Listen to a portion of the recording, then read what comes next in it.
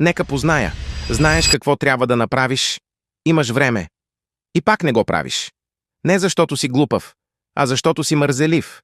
Или поне така са ти казвали. Истина номер 1. Мозъкът ти не е твой приятел.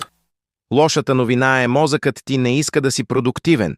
Той иска да оцелееш, а за да оцелееш, трябва да харчиш възможно най-малко енергия, ако може да избира между трудна задача и бърз допамин. Познай, кое ще избере. Истина номер 2. Мозъкът често се претоварва. Понякога не си мързелив. Понякога си пренатоварен. Твърде много очаквания, твърде много избори. Твърде много трябва. И мозъкът ти казва, ако не знам откъде да започна, няма да започна изобщо. Това не е мързел, това е фриз. Истина номер 3. Страхът се маскира като мързел. Ето една неприятна истина. Понякога мързелът е просто страх. Страх, че нещо няма да стане, че ще се изложиш, че ще се провалиш. По-лесно е да кажеш мързи ме, отколкото страх ме е. Ако си мислеше, че си мързелив, може би не си.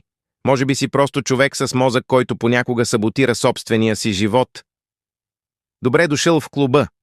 Абонирай се, ако искаш още неприятни, но полезни истини